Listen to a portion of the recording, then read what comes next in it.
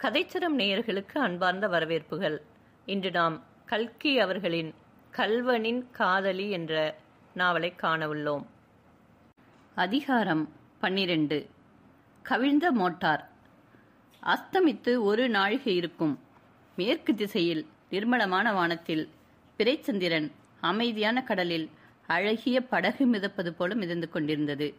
வெள்ளி தகட்டினால் செய்த நட்சத்திரங்களுக்கு மத்தியில் பதிந்த ஓர் ஆபரணம் போல விளங்கிய அப்பிறைமதி அழகுக்காக ஏற்பட்டது என்றே தோன்றும்படி அதன் வெளிச்சம் அவ்வளவு சொற்பமாக இருந்தது.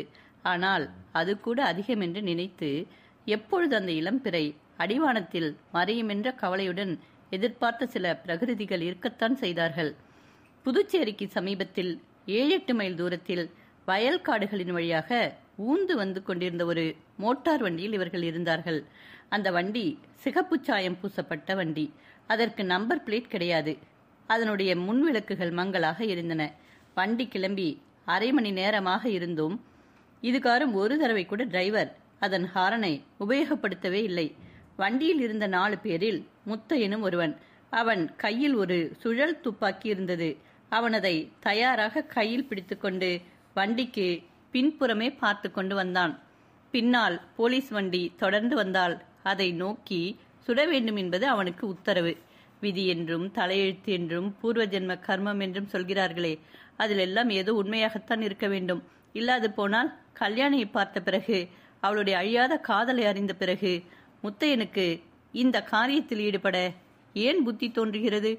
பிறைச்சந்திரன் மறையும் தருணத்தில் இதுகாரும் காடு மேடுகளில் வந்து கொண்டிருந்த அந்த மோட்டார் நல்ல சாலையை அடைந்தது. அந்த இடத்தில் அந்த சாலை ஒரு பெரிய ஏரியின் கரை மீது அமைந்திருந்தது. ஏரியில் ஜலம் நிறைந்த அலைமோதிக்கொண்டு காணப்பட்டது. சுமார் அரை மைல் தூரம் சாலை இப்படி ஏரிக்கரையோடு போய் அப்பால் வேறு பக்கம் திரும்பி சென்றது. மோட்டார் அச்சாலையில் ஏறியதும் டிரைவர் வண்டியின் ஆக்சிலேட்டரை காலால் ஒரு மிதி மிதித்தான். வண்டி பீத்து கொண்டு கிளம்பிற்று. இனி அபாயமில்லை என்று எண்ணி வண்டியில் இருந்தவர்கள் பெருமூச்சு விட்டார்கள். முத்தையன் கூட ரிவால்வரின் பிடியை சற்று தளர்த்தினான். திடீரென்று ஹால்ட் என்று ஒரு சத்தம் கேட்டது. பல போலீஸ் விளக்குகளின் வெளிச்சம் பளீர் என்று மோட்டாரின் மேல் விழுந்தது. சாலை ஏரிக்கரையிலிருந்து திரும்பும் இடத்தில் 20-30 போலீஸ்காரர்கள் எழுந்து நின்றார்கள். அதே சமயம் பின்னால் இருந்து ஒரு மோட்டார் அதிவேகமாக வரும் சத்தம் கேட்டது. வண்டிக்குள் நிறுத்தாதே, விடு என்று ஒரு உத்தரவு பிறந்தது. டிரைவர் ஆக்சிலரேட்டரை இன்னும் ஒரு அழுத்து அழுத்தினான். வண்டி பாய்ந்து சென்றது. ஷூட் என்று ஒரு பெரும் குரல் அப்பொழுது கிளம்பிற்று. அநேக துப்பாக்கியிலிருந்து ஏக காலத்தில் குண்டுகள் கிளம்பின. முத்தையன் சுட்டான். ஒரே ஒரு தடவை.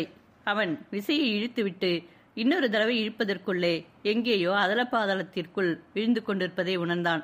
போலீஸ்காரர்களுடைய குண்டுகளில் ஒன்று மோட்டாரின் டயரில் பட்டு டயர் கிழிந்தது. வண்டி திரும்பி ஏரியை நோக்கி சென்றது. இது ஒரு வினாடி. அடுத்த வினாடி வண்டி தண்ணீரில் தலைகீழாக விழுந்து மூழ்கியே போயிற்று. முத்தையன் ஒரு கணம் திக்கு முக்காடினான். அடுத்த கணத்தில் நிலைமை இன்னவென்பதை ஒருவாறு உணர்ந்தான். தண்ணீரில் மூழ்கி இருக்கிறோம் என்பது அவனுக்கு ஞாபகம் வந்ததும் சரி, பிழைத்துக் கொள்ளலாம் என்று அவனுக்கு தைரியம் வந்தது. தண்ணீர் என்பது அவனுக்கு தாயின் மடியைப் போல அவ்வளவு பிரியமானதல்லவா? காலாலும் கையாலும் துழாவின் மோட்டாரின் கதவை திறந்து கொண்டு வெளியில் வந்தான். மெதுவாக தலையை சிறிதளவு தண்ணீரின் மேலே உயர்த்தினான்.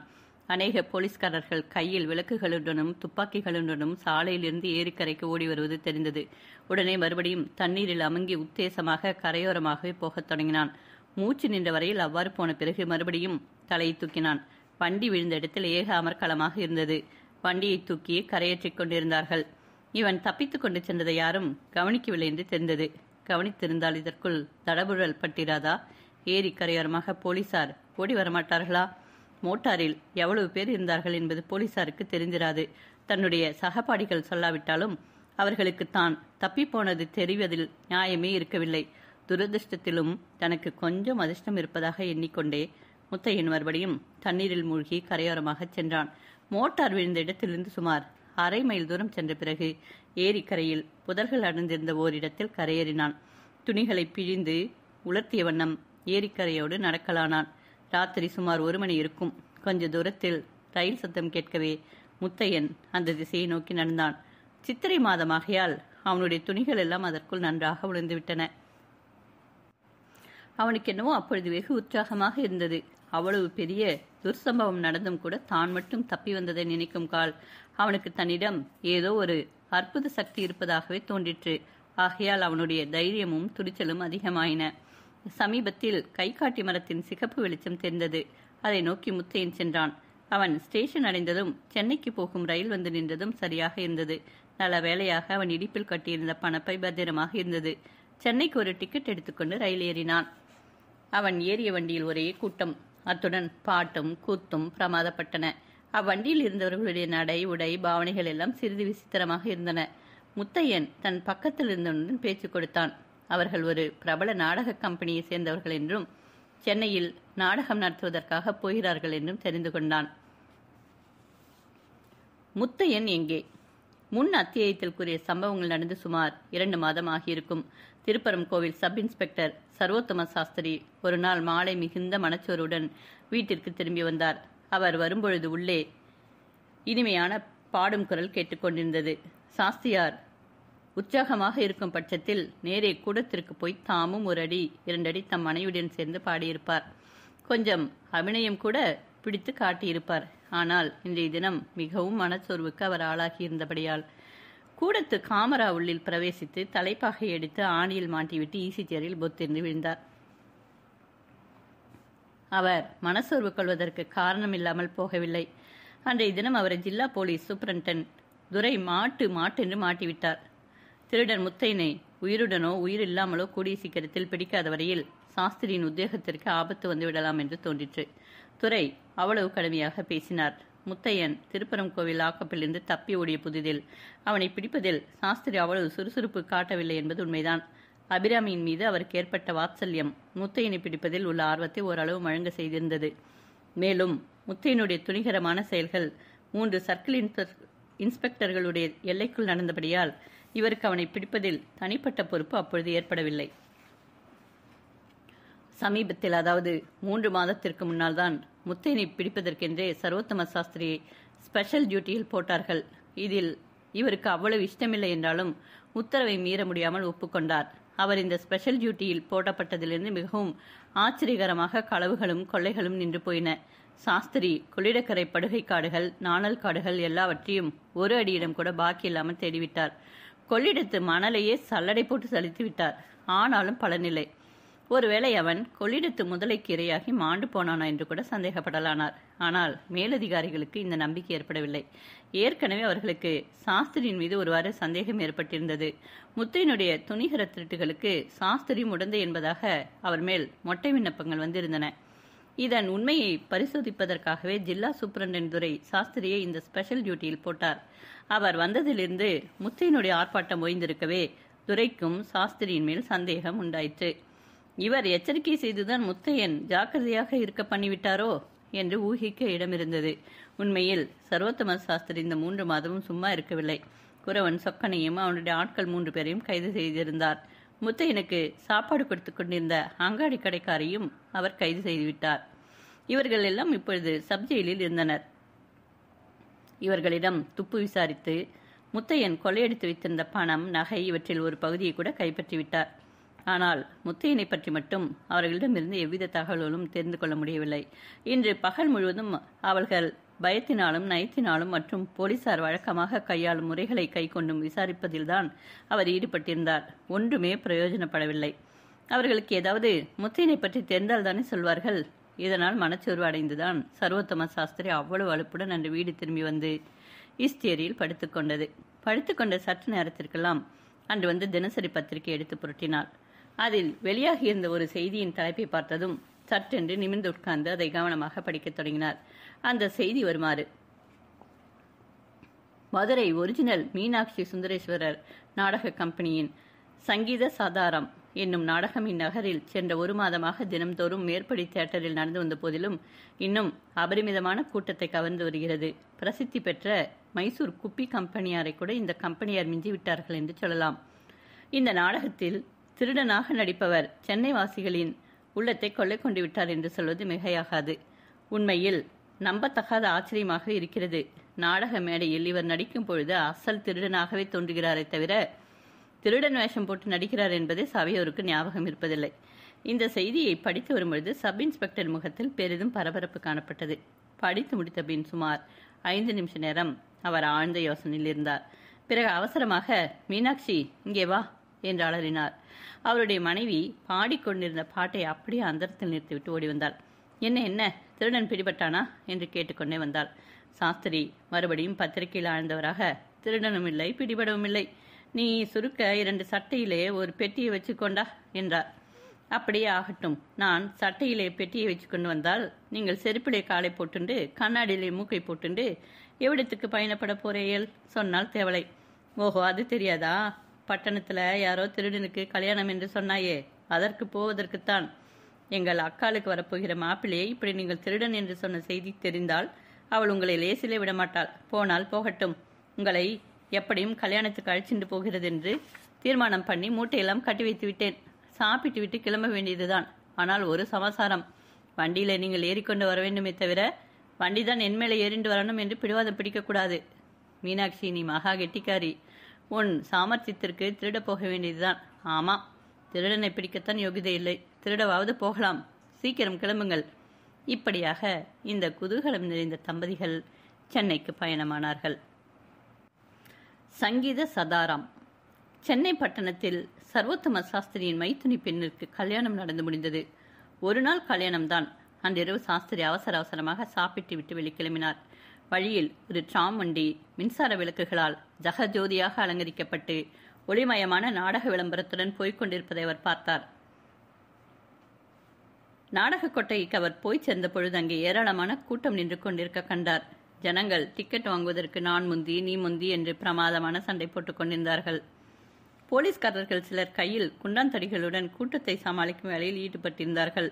சற்று நேரத்திற்கெல்லாம் சீட் காலி இல்லை என்று நோட்டீஸ் போடப்பட்டது. அநேகம் பேர் ஏமாற்றத்துடன் திரும்பி சென்றார்கள். இந்த வேடிக்கையை சற்று நேரம் பார்த்து கொண்டிருந்துவிட்டு சப் இன்ஸ்பெக்டர் கொட்டகைக்குள் சென்று தாம் ஏற்கனவே ரிசர்வ் செய்திருந்த இடத்தில் உட்கார்ந்தார். ஆரம்பத்தில் எல்லாம் நாடகம் ரொம்பவும் சாதாரணமாக இருந்தது. இதை பார்ப்பதற்குத்தானா இவ்வளவு ஜனங்கள் மண்டை உடைத்துக் கொள்கிறார்கள் என்று அவர் ஆச்சரியப்பட்டார். நாடகத்தில் திருடன் வரும் கட்டம் வந்ததும் அவருக்கு மற்ற ஞாபகம் எல்லாம் போய்விட்டது. தான் துரத்தி வந்த முயலை கொஞ்ச நேரத்தில் கண்டதும் ஒரு வேட்டை நாய்க்கு எத்தகைய பரபரப்பு உண்டாகுமோ அத்தகைய பரபரப்பு அவருக்கு உண்டாயிற்று. ஆனால் அந்த முயலை போய் பிடிக்க முடியாமல் நடுவில் மிகவும் உயரமான ஒரு வேலி தடுத்து கொண்டிருந்ததால் அந்த வேட்டை நாய் எப்படி துடிதுடிக்கும்? அப்படி துடித்தார் சர்வோத்தம சாஸ்திரி. அந்த திருடன் வேஷக்காரன்தான், முத்தையன் என்று அவருடைய உள்ளுணர்வு சொல்லிற்று. ஆனால் அதை ஊர்ஜிதம் செய்து கொள்வதற்கு அவருக்கு வழி எதுவும் புலப்படவில்லை. முத்தையனை கண்டுபிடிப்பதில் அவருக்கு ஏற்கனவே இருந்த இடையூறு இதுதான். அவர் முத்தையனை பார்த்தது கிடையாது. அங்க அடையாளங்களை கொண்டு ஓரளவு ஊகிக்கலாம். நிச்சயமாக எப்படி சொல்ல முடியும்? முத்தையனை கைது செய்து லாக்கப்பில் அடைத்த 2 போலீஸ்காரர்களும் அன்றிரவு அஜாக்கிரதையாக இருந்து அவனை தப்பித்து கொண்டு போகவிட்டதற்காக டிஸ்மிஸ் செய்யப்பட்டிருந்தார்கள். இது சாஸ்திரிக்கு சம்மதமில்லை. அவர்கள்தான் முத்தையனை பார்த்திருக்கிறார்கள். ஆதலால் அவனை பிடிப்பதில் அவர்களுடைய உதவி மிகவும் உபயோகமாக இருக்கும் என்று அவர் கருதினார். ஆதலின் அவர்கள் டிஸ்மிஸ் செய்யப்பட்ட பிறகும் கூட அவர்களை அவர் உபயோகப்படுத்தி வந்தார். அவர்களுடைய முயற்சினால் திருடன் பிடிபட்டால் மறுபடியும் உத்தியோகம் வாங்கி தருவதாகவும் வாக்களித்திருந்தார். இந்த 2 கான்ஸ்டபிள்களில் ஒருவன் 2 வாரத்திற்கு முன் சென்னைக்கு வந்திருந்தான். சென்னையிலிருந்து அவனுடைய மைத்துனன் வேலை தேடி தருவதாக சொன்னதன் பேரில் அவன் வந்தான். வந்தவன் ஒரு நாள் சங்கீத சதாரம் பார்க்க போனான். அங்கே திருடன் வேஷக்காரனை கண்டதும் அவனுக்கு சந்தேகம் உண்டாயிற்று. முத்தையன் மாதிரி அல்லவா இருக்கிறான் என்று நினைத்தான். நினைக்க நினைக்க சந்தேகம் உறுதிப்பட்டது. உடனே திருப்பரம் கோயிலுக்கு திரும்பிச் சென்று சாஸ்திரியிடம் தன்னுடைய சந்தேகத்தை தெரியப்படுத்தினான். சாஸ்திரி முகத்தில் பூ பூ என்றார். துளிக்கூட நம்பிக்கை இல்லாமல் சிரித்து பரிகாசம் செய்தார். திருடனை பிடிக்க உன்னைத்தான் அனுப்ப வேண்டும் என்றார். ஆனால் அவர் மனதிலும் எப்படியோ சந்தேகத்தின் விதை போட்டாகிவிட்டது. 2 மாதமாக முத்தையனுடைய ஆர்ப்பாட்டம் அந்த பக்கத்தில் ஒன்றுமே இல்லாததால் அவருடைய சந்தேகம் வளர்ந்து வந்தது. ஆனால் இத்தகைய ஆதாரமற்ற சிரிப்புக்கிடமான சந்தேகத்தின் மேல் என்ன நடவடிக்கை எடுக்க முடியும்? மைத்தினி பெண்ணின் கல்யாணத்தை வியாஜமாக வைத்துக்கொண்டு தாமே ஒரு முறை சென்னைக்கு போய் பார்த்துட்டு வரலாமா என்று ஒரு யோசனை தோன்றிற்று. இப்படி அவருடைய மனதிலே உள்ளுணர்ச்சிக்கும் புத்திக்கும் போராட்டம் நடந்து கொண்டிருந்த சமயத்திலேதான் மேற்படி பத்திரிகை செய்தி அவர் பார்த்தார். சரி சரி, இதை போய் பார்த்துவிட்டு வந்தால் ஒழிய மனதில் அமைதி ஏற்படாது, வேறு எந்த வேலையிலும் மனம் செல்லாது என்று தீர்மானித்துத்தான் அவர் சென்னைக்கு கிளம்பி வந்தது. நாடக மேடையில் திருடன் வந்ததிலிருந்து அவருடைய தவிப்பு நிமிஷத்திற்கு நிமிஷம் அதிகமாகி கொண்டிருந்தது. சில சமயம் நாம் எதையோ ஞாபகப்படுத்திக் கொள்ள விரும்புகிறோம். இதோ ஞாபகம் வந்துவிட்டது போல தோன்றுகிறது. ஆனாலும் வருவதில்லை. ரொம்பவும் தெரிந்த விஷயம், தெளிவான சங்கதி, சந்தேகமில்லாத செய்தி. ஆனால் அதென்ன, நெஞ்சாங்குழியில் இருக்கிறது, நினைவுக்கு வரமாட்டேன்கிறதே. இப்படி எத்தனையோ தடவைகளில் நாம் தவித்திருக்கிறோம் அல்லவா? சர்வோத்தம சாஸ்திரி இப்பொழுது அந்த நிலைமையில்தான் இருந்தார். இவன் முத்தையன் தான். ஆனால் இதை நிச்சயம் செய்வது எப்படி? ஏதோ ஒரு வழி இருக்கிறது. ஆனால் அது என்ன என்று சாஸ்திரி தலையை சரிந்து கொண்டார். உதட்டை மடித்து பல்லை கடித்து கொண்டார். நெற்றியை அமுக்கி பிடித்து கொண்டார்.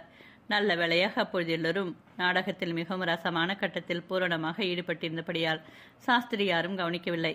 யாராவது அவருடைய சேஷ்டைகளை கவனித்திருந்தால் இவருக்கு என்ன பைத்தியமா என்றுதான் யோசிக்க வேண்டியது இருந்திருக்கும். நாடகத்தில் மிகவும் ரசமான கட்டம். சதாராமும் திருடனும் சந்திக்கும் இடம்தான். சதாராம் வேஷம் போட்டவனுக்கு ஸ்திரீ வேஷம் மிக நன்றாக படித்திருந்தது. உண்மையில் அந்த வேஷம் போடுகிறவனுடைய பெயர் விளம்பரத்தில் கண்டிராமல் இருந்தால் புருஷன்தான் ஸ்திரீ வேஷம் போட்டிருக்கிறான் என்று கருதவே முடியாது. அவனுடைய தோற்றத்தைப் போலவே பேச்சு, நடை, உடை, பாவனை எல்லாம் ஸ்திரீக்கு உரியவனவாக இருந்தன. அவனுடைய கைகளின் ஒவ்வொரு அசைவிலும், உடம்பின் ஒவ்வொரு நிலைவிலும், புருவத்தின் ஒவ்வொரு நெருப்பிலும், கண்ணின் ஒவ்வொரு சுழற்சியிலும் மெல்லியலாரின் இயற்கை பரிபூரணமாக பொருந்தி வந்தது. முகமுடி அணிந்த திருடனை கண்டதும் சதாரம் பயந்து போனாள். அவளுடைய முகத்தில், கண்களில் நின்ற நிலையில் உடம்பின் நடுக்கத்தில் திகைப்பும் பயமும் காணப்பட்டது. அப்பொழுது அவளை பார்த்த யாருக்கும் புலியை கண்டு வெருண்டு நிற்கும் பெண்மானின் தோற்றமுடனே ஞாபகம் வராமல் போகாது. ஐயோ, நீ யார் என்று சதாரம் குடல் நடுக்கத்துடன் கேட்டாள். நானா? நான் மனுஷன் என்று சொல்லி சிரித்தான் திருடன். அந்த சிரிப்பினால் சிறிது தைரியம் கொண்ட சதாரம், நீ திருடன் இல்லையா என்றாள். நான் திருடன் இல்லை பெண்ணே, நான் கள்ளன். கள்ளனா? ஐயோ, உன்னை பார்த்தால் எனக்கு பயமாக இருக்கிறது என்றாள் சதாரம். அப்பொழுது திருடன் தெம்மாங்குமிட்டில் ஒரு பாட்டு பாடத் தொடங்கினான். கண்ணே, உனக்கு பயமேனோ என்று ஆரம்பித்து அமர்க்களமாக பாடினான். தன்னுடைய குல பரம்பரையின் பெருமையையெல்லாம் அவன் எடுத்துச் சொன்னான். தன்னுடைய குலத்தில் ஆதி புருஷன் கிருஷ்ணன் என்னும் கள்ளன் என்று கர்வத்துடன் கூறினான். அப்பேற்பட்ட கள்ளர் பரம்பரையில் வந்த வீரக்கள்ளன் நான் உனக்கு கள்ள புருஷனாக வாய்த்திருக்கிறேன் என்று பாட்டை முடித்தான். அந்த பாட்டை முடிக்கும் பொழுது தன்னுடைய முகமுடியை சற்று அவன் விலக்கி சொந்த முகத்தை காட்டினான்.